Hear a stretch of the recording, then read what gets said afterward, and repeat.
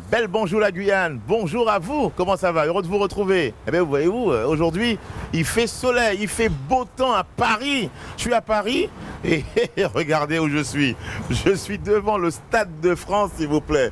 Le Stade de France parce que j'ai rendez-vous non pas avec un footballeur mais avec un humoriste, quelqu'un que vous connaissez et que vous appréciez. Emric, mais oui regardez il est là, juste là Emric. Emric, ça te fait mon frère? Moula bien, mais toi-même. Content. Moi de même, effectivement. Super, super, alors, merci. C'est vrai que quand tu m'as donné rendez-vous au Stade de France, je me suis dit, ça y est, Emric, il se lance dans le foot. Ah ben oui, que ça bivante. Après ça, on va lancer mon coin en football là, ouais. Exact. Non, mais tout à l'heure, on dira pourquoi nous sommes ici devant le Stade de France, parce que juste là, dans ce bar, restaurant, pizzeria, exactement, la troisième mi-temps, c'est là que se déroulent pratiquement tous tes événements. Exactement, oui, j'ai un petit concept ici qui s'appelle le Emric Amokila Comedy Show, où j'invite des humoristes à venir performer et à montrer leur show.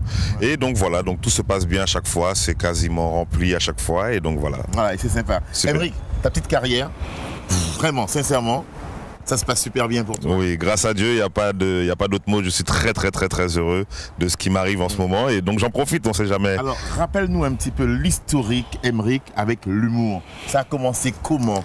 L'humour a commencé déjà il y a 4 ans. Ouais.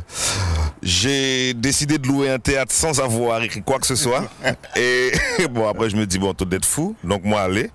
J'ai loué la salle. Et d'un coup, ben, je me suis mis à écrire en 3 mois.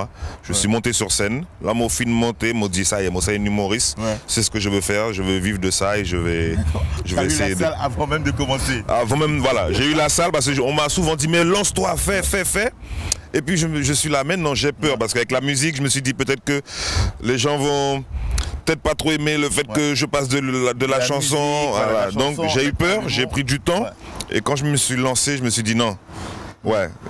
Mais qui es-tu véritablement? C'est vrai qu'on te découvre, maintenant tu es devenu une valeur sûre de l'humour ici à Paris, mais aussi aux Antilles, puisque tu as eu l'occasion, aux Antilles, tu as eu l'occasion de jouer notamment en Guyane, mais aussi aux Antilles. Qui es-tu? Emric, présente-toi. Ben alors, j'allais dire jeune, bon, maintenant jeune, il passe 35 ans, donc ma mère est guyanaise et mon père martiniquais, et c'est vrai que bon, j'ai commencé avec la musique il y a cela 25 ans, et puis voilà, depuis 4 ans, je fais de l'humour, j'aime la scène, je parle de chez moi, de la Guyane, de mon éducation, de ma façon de voir les couples aujourd'hui. Et donc ce que j'essaye de faire moi en France, c'est de montrer mon côté guyanais, de valoriser la Guyane, même si c'est vrai que bon ben que mouti créole bon langue, mon pas de chien fort, mais voilà, c'est mon plaisir et j'aime. Emric Amokila. Voilà, donc qui est fallé. C'est quand même l'occasion de faire les premières parties ici à Paris, première partie de Jean-Yves Rupert. Ça a été un super kiff pour toi ça. Ah mais il y a pas d'autre mot, il y a pas de mots, effectivement. La salle était remplie. À chaque fois. Toi, tu avais ton rôle à jouer. Voilà. Et tu l'as bien joué. J'avais une chance à prendre et à chaque fois je l'ai fait. Donc grâce à Dieu, je remercie encore Gaël Rodzen de m'avoir donné cette chance-là, ainsi que Jean-Yves Rupert. C'est vrai que j'ai pu faire les casinos de Paris, mais aussi Bercy et Martinique, Guadeloupe, Guyane avec lui aussi. Donc c'est vrai que ça a été un sacré coup de pouce à ta carrière. Ça t'a permis de décoller. Bien sûr. Ben, moi, je pense toujours que en ayant fait ces premières parties-là, j'ai gagné des années de scène en fait. Parce que j'ai appris non seulement en le regardant, en jouant, mais aussi en touchant les gens, en voyant le public. Ça m'a permis de gagner des années de scène, quoi. Emric, rien ne te fait peur apparemment. J'ai l'impression que toi, quand tu as un truc en tête, tu fonces, tu ne t'arrêtes pas. Ben oui, en fait, c'est surtout qu'on n'a qu'une seule vie. On n'a qu'une seule vie. Et comme moi, je suis très croyant. Bon, Dieu l'a mon papa personne. Mon papa rien. Et même si des fois, ça m'arrive de tomber, trébucher, freiner. Tu te relèves et tu repars. On continue. On continue. Alors, dis-moi, est-ce que quand tu as démarré vraiment dans l'humour, tu avais des modèles? Effectivement, tu partages la scène avec Jean-Yves Rupert, mais est-ce qu'il y a des humoristes qui particulièrement t'inspiraient dans cette voie? Oui, bien sûr. Ben, Jean-Yves, Viviane, logiquement, Viviane. Après, c'est vrai que j'étais très créole, donc c'est bon coup lélé, paroles pourries. Bien sûr, j'ai appris le créole guadeloupéen avec Mounkoubari. Donc, je suis fan de l'humour créole avant tout. Et puis après, oui, ici, il y a les Gad Elmaleh, il y a Dieudonné. Donc voilà. Alors, c'est vrai que la vie ici à Paris, on pourrait penser que c'est difficile hein, pour un humoriste, pour un chanteur, quelqu'un qui vient des dom-toms. Mais j'ai l'impression, peut-être que je me trompe, que toi, tu as pu te faire ton petit chemin, tu as tracé les choses et aujourd'hui, tu récoltes un petit peu. Oui, ben, je pense que grâce à la musique, hein, mon milieu, pendant 25 ans, j'étais dans le milieu musical. C'est vrai que ça m'a permis quand même de me faire pas mal de contacts, de t'avoir rencontré aussi. Et donc c'est resté. Et le fait d'avoir suivi dans l'humour, bon ben les gens ont continué à me suivre et puis voilà. Donc je suis toujours là. C'est une forme de stand-up ou bien est-ce que toi tes sketchs, tu les écris et que tu partages des choses, des messages avec le public? Exact. C'est alors mélange des deux. Voilà, c'est un mélange de stand-up et de théâtre. Il y a beaucoup d'interactivité aussi. Je mélange énormément le stand-up et l'humour. Je peux aller me déguiser, revenir en femme. Et donc voilà, je prends énormément de plaisir. Donc oui, il y a de l'écrit, mais il y a énormément d'improvisation, d'interactivité avec le public. Mon gars prend mon pied. C'est un kiff quand même, hein, être devant le Stade de France. Bon, même si nous dérons, mais nous voyons ça là quand même. Waouh! Effectivement. Ah là, Zidane mettait son début de la tête à la devant Brésil là. Ça. Stade de France. Est-ce qu'un jour, tu t'imagines, toi, sur une grande scène, tout seul, peut-être pas le Stade de France, mais le Zénith, Bercy, Emmerich, Arbokila? Ben bien sûr, pourquoi pas? Pourquoi pas? Si j'ai déjà fait l'avant, pourquoi pas moi? Ben oui, donc c'est un but, c'est un rêve de pouvoir représenter en grand la Guyane et la Martinique dans des lieux comme ça historiques. Donc bien sûr, oui, c'est un rêve. C'est un avantage ça, de venir de deux départements d'outre-mer, Martinique d'un côté, Guyane de l'autre côté. Ça a été une richesse pour toi dans ta vie de tous les jours? Bon, pour te dire la vérité, j'ai vécu qu'avec ma maman, donc enfin en Guyane dans le 93. Donc donc j'ai vraiment cette culture guyanaise avant tout. Et puis bon, au fur et à mesure, j'ai pu connaître mon père, le voir, apprendre aussi. Mais c'est vrai que moi, depuis tout jeune, de la manière, je m'intéresse déjà beaucoup à tout ce qui est afro-antillais. Donc même si j'avais été que guyanais, ça aurait été pareil. J'aurais été déjà dans ce côté. Même quand toi tu vas aux Antilles, tu te sens chez toi. Tout à fait. Ben moi c'est pareil. Voilà, c'est. On est des caméléons, on se fond dans la main. Ah oui. Et c'est normal de pouvoir partager des choses avec les gens que l'on rencontre. Ta vie ici à Paris, ta vie ici à Saint-Denis, c'est quoi ton quotidien? Ben, mon quotidien, c'est vrai que c'est autour du théâtre. Hein. C'est autour du théâtre. Là, c'est voilà, en ce moment, oui, je vis de ça. Je commence à donner des cours, à écrire pour d'autres personnes. Je commence aussi à écrire des pièces de théâtre. Donc c'est vraiment, tout est ciblé autour de l'humour et je suis heureux, ça se voit. Effectivement. Bon, jusqu'à prendre vente, donc ça ne peut être que. Alors, tout à l'heure, nous venons justement l'auto ici, hein, et nous mouons dans l'auto avec une siège bébé, donc père de famille. Ah, ben oui. C'est pas vrai. Ah, ben oui. Ah, ben oui, ben la preuve, à pas madame, on seulement qu'à penser qu'elle, mon cas. Mais il pas bon, caméraman. Ah oui, j'ai porté aussi. Hein. Ah oui. Alors, c'est vrai que pour se retrouver sur scène durant 1 heure comme ça, à faire rire les gens, il faut être au top physiquement. Est-ce que toi, tu as des exercices que tu fais régulièrement? Tu t'entretiens physiquement? J'essaye. J'essaye. C'est vrai que. Mais tu aimes la bonne nourriture aussi? Ah, pas seulement. Hein? Ah oui.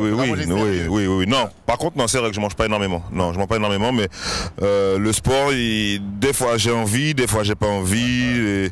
Mais c'est vrai que la scène me prend beaucoup de temps. Tout ce qu'il y a autour, il n'y a pas que être sur scène, mais à l'avant, il y a la promotion, il y a l'écriture, il y a l'entraînement. Ça me prend énormément de temps, mais c'est vrai que dès que je peux, je vais essayer de faire un petit tour. Là, depuis tout à l'heure, mon gars parler devant caméra, m'obliger de tirer un bébé pour y pas. Oui, tu vois. Écoute, Emmerich, je sais qu'il y a beaucoup de projets, notamment cette pièce de théâtre que tu prépares pour très bientôt. Il y a tous ces événements qui se déroulent juste derrière nous là-bas. À la troisième mi-temps. Donc tout le monde peut venir. Hein. Si vous êtes de passage à Paris, n'hésitez pas. Ça se passe pendant tout le mois de mai, tout le mois de juin. Alors, on va reprendre ici à partir du mois de juin, comme je suis au théâtre moi pour mon nouveau spectacle. Donc on reprendra ici à partir du mois de juin. Très bien, on en parle tout à l'heure des projets d'Emmerich avec pourquoi pas un spectacle au Zéphyr ou à l'Ancre. Hein. Voilà. Ce serait le kiff. Ça c'est mon rêve. Jouer devant la Guyane, c'est mon rêve. Tout seul. C'est grand, gros. Emmerich est avec nous, c'est notre invité aujourd'hui dans Belle Bonjour la Guyane depuis Paris, depuis le Stade de France quoi. C'est énorme, c'est énorme. À tout à l'heure pour la suite de Belle Bonjour la Guyane. On fait une pause avec Mike Monbrun. Qui dit quoi? À tout de suite.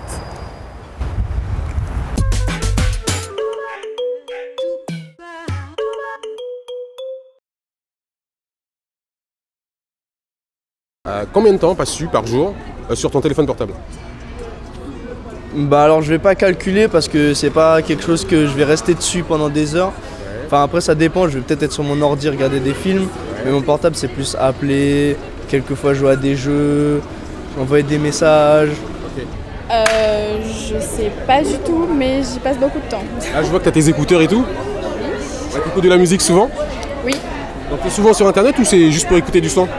Non, j'écoute souvent de la musique et après, sinon je suis... Non, ça va. Alors c'est plus les filles ou les garçons qui passent plus de temps sur le mobile? Je sais pas, je pense que c'est à peu près pareil. Beaucoup? Beaucoup. Ouais. Vraiment beaucoup. Vraiment beaucoup? Vraiment beaucoup. Je sais pas, je dirais 3-4 heures, quelque chose.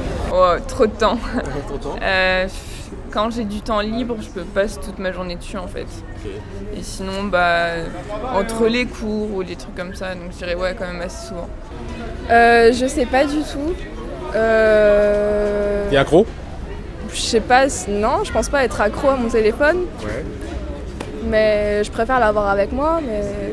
C'est plus les filles ou les garçons qui passent plus de temps, selon toi? Je sais pas du tout, enfin, moi je vois pas trop la différence entre filles et garçons, enfin, je sais pas. Comme disait le camarade, c'est la jeunesse quoi. Voilà, merci beaucoup Mike pour Qui dit quoi. Nous sommes de retour et installés à la troisième mi-temps. Exact. C'est vrai qu'après les matchs de foot, la troisième mi-temps c'est ici, c'est ça? Troisième mi-temps, exact. Il y a deux mi-temps et on vient ici et on discute. Et à la troisième mi-temps, effectivement, c'est le moment que choisit Emeric pour pouvoir faire rire les gens. Après une victoire ou une défaite. Ma foi, ça fait du bien, même souvent après la défaite. Alors, depuis combien de temps maintenant, Emeric, ce lieu est devenu incontournable pour toi? Que c'est là qu'il y a des rendez-vous avec le public et tu organises des manifestations? On a commencé l'année dernière, on en a fait 5. Et puis après l'été, on s'est calmé. Et puis là, on recommence. Là, comme j'ai mon spectacle, mon one-man show qui se passe en ce moment même. Donc, on a mis une petite pause pour reprendre fin juin. Ouais, très bien. C'est une bonne carte ici. Oui. On y mange très bien. On mange très bien. On y boit très bien. Oh là là. Ah ouais, mais c'est un petit steak là. Waouh, notre côte grillée, pavé de bœuf. Ah, c'est pas mal du tout. Donc on peut venir s'asseoir, manger. Exact. Et en même temps, est-ce que ces lieux sont appropriés pour le théâtre, pour de l'humour? Alors j'aurais dit voir les gens manger et en même temps jouer, c'est facile ou pas? Tu sais, un spectacle en entier, voir une personne jouer 1h30, manger en même temps, je pense que c'est pas évident. Ouais. Mais là, de voir des humoristes passer les uns après les autres, chacun 10-15 minutes, comme à l'américaine, c'est le bon lieu. Ouais. Alors c'est vrai qu'aujourd'hui, avec l'avènement notamment d'Internet, des réseaux sociaux, il y a beaucoup d'humoristes qui se lancent justement dans ce créneau. Exact. Comment tu vis ça, toi? Toi, tu n'es pas un humoriste d'Internet? Non. 2.0 comme on dit? 2.0, non, ouais, voilà. Je suis pas très dessus. C'est vrai que avant de faire de la scène, j'ai commencé par des vidéos, mais j'ai bien vu que finalement je prenais trop de temps sur je préférais en fait prendre mon temps sur la scène. Voilà, travailler la scène, j'ai préféré, donc j'ai mis les vidéos de côté. Malheureusement, il s'avère qu'aujourd'hui, on en a besoin un peu quand même des réseaux. La promo, donc voilà, donc de temps en temps, il m'arrive de faire quelques vidéos quand même, mais voilà, c'est la scène qui prime chez moi. Alors cette scène, effectivement, tu l'apprécies, tu l'affectionnes particulièrement pour l'humour, mais Emeric a un sacré gros projet maintenant, c'est le théâtre. Le théâtre. C'est vrai qu'après la musique, après l'humour, tu te lances dans le théâtre. Oui, c'est vraiment complètement autre chose. Carrément, ouais. Tu as fait du dramatique, qu'est-ce que tu vas faire? Non, je vais rester dans l'humour. Je vais rester dans l'humour. 3, 4, 5 comédiens. Voilà, là, je suis en train d'écrire en même temps 2 pièces de théâtre. Et donc, voilà, j'ai vraiment hâte de pouvoir montrer au public ce que ça donne, quoi. Emeric en tant qu'auteur et metteur en scène. Très bien. Alors, c'est vrai que vous avez une bonne côte aujourd'hui ici, les humoristes anti-guyanais à Paris. Quand vous créez des événements, le public vous suit. Répond présent. Là, le public est bien présent. Qu'est-ce que vous recherchez exactement? Vous recherchez la chaleur des dom-toms, la chaleur des Antillo-Guyanais. Vous avez envie de prouver qu'ici, à Paris, on peut faire des choses et être reconnu? Exact. Et aussi toucher un maximum de personnes, pas forcément seulement les Antillo-Guyanais. Montrer justement à tous les autres, métropolitains, arabes, africains, tout le monde, que la communauté antillo-guyanaise a de bons et de très très bons humoristes. Et donc voilà, en fait, le public, tout le monde est invité à venir. C'est vraiment pas seulement une scène pour les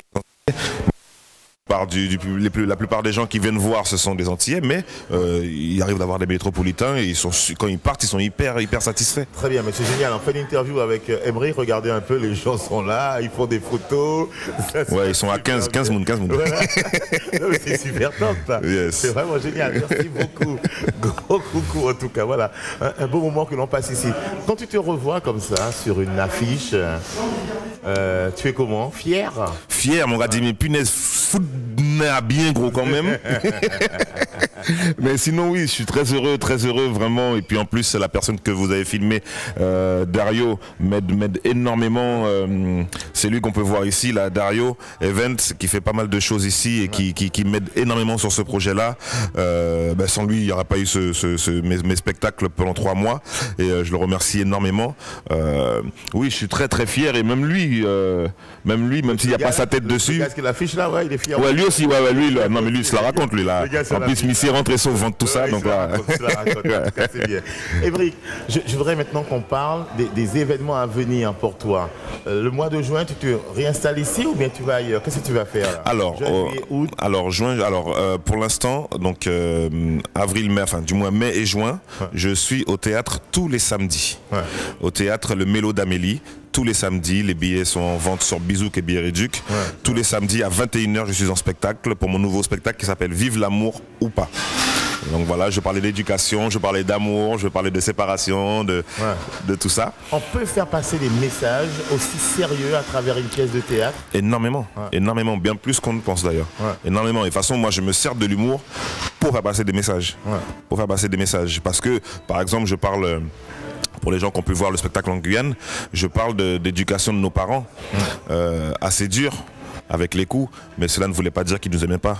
D'accord? Donc aujourd'hui, quand j'entends que si tu te lèves la main sur ton enfant, tu peux risquer d'aller en prison ou quoi que ce soit, je me dis que où va le monde? Mon prend coup, mon pas mort. Pas mourir. Et mon content moment, pas assez content en fait. Donc voilà.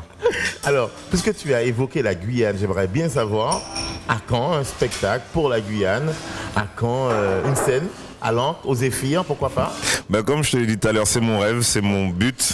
Quand j'aurais joué en Guyane, j'aurais joué... Est-ce que tu as déjà pris des contacts? Est-ce que tu avances déjà sur le J'en ai, mais pour l'instant, il n'y a rien de concret. Et donc pour l'instant, je ne suis pas prêt de venir en Guyane tant qu'il n'y aura pas de choses concrètes. Mais bon, j'ai vraiment hâte en tout cas de pouvoir montrer ce spectacle-là au public guyanais. J'ai pu venir en Guyane faire des 10, 15, 20 minutes, mais pas plus. Et là, j'aimerais vraiment montrer ce que je vaux sur scène. Ici, c'est un bar ou pas? On peut pas avoir à boire, non? Si, justement, mais tu sais, les bonnes choses se font toujours attendre, surtout pour les belles personnes, tu comprends?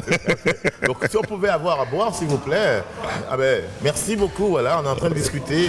On va pouvoir tout à l'heure partager un verre avec Émeric. Émeric, en tout cas, merci beaucoup, merci pour ce moment que nous passons ici avec toi. C'est moi. En rappelant une chose quand même, là au mois de juin, donc actualité blindée pour toi. Donc, voilà, mai, juin, pas de vacances, voilà. Non, pas de vacances. Là, j'espère pouvoir tourner aux Antilles-Guyane cet été.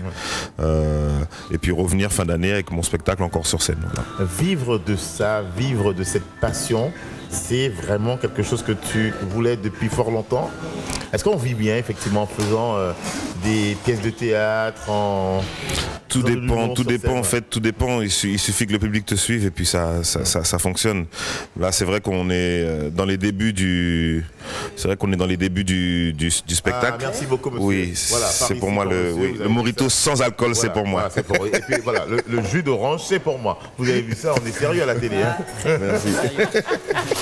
Voilà, c'est très bien. Merci beaucoup. Merci. Donc tu me disais, pardon? Oui, non. Un petit peu, vas-y. Oui. Alors, attends, je m'épouse. Merci. Et donc, oui, je disais. Oui, on parlait de... Est-ce qu'on vit bien avec ça? Voilà. Ben voilà, comme je disais, là on vient de démarrer notre show, donc c'est vrai que pour l'instant les retombées ne sont pas encore là, mais au fur et à mesure que les dates vont passer, je pense que le public va suivre. Là tu me fais l'honneur de pouvoir montrer au public ce que je fais, donc voilà, la promotion, la com va commencer à monter bien comme il faut, et ça va le faire. Il parle de secret à Orange Portugal, ça, non? Hein?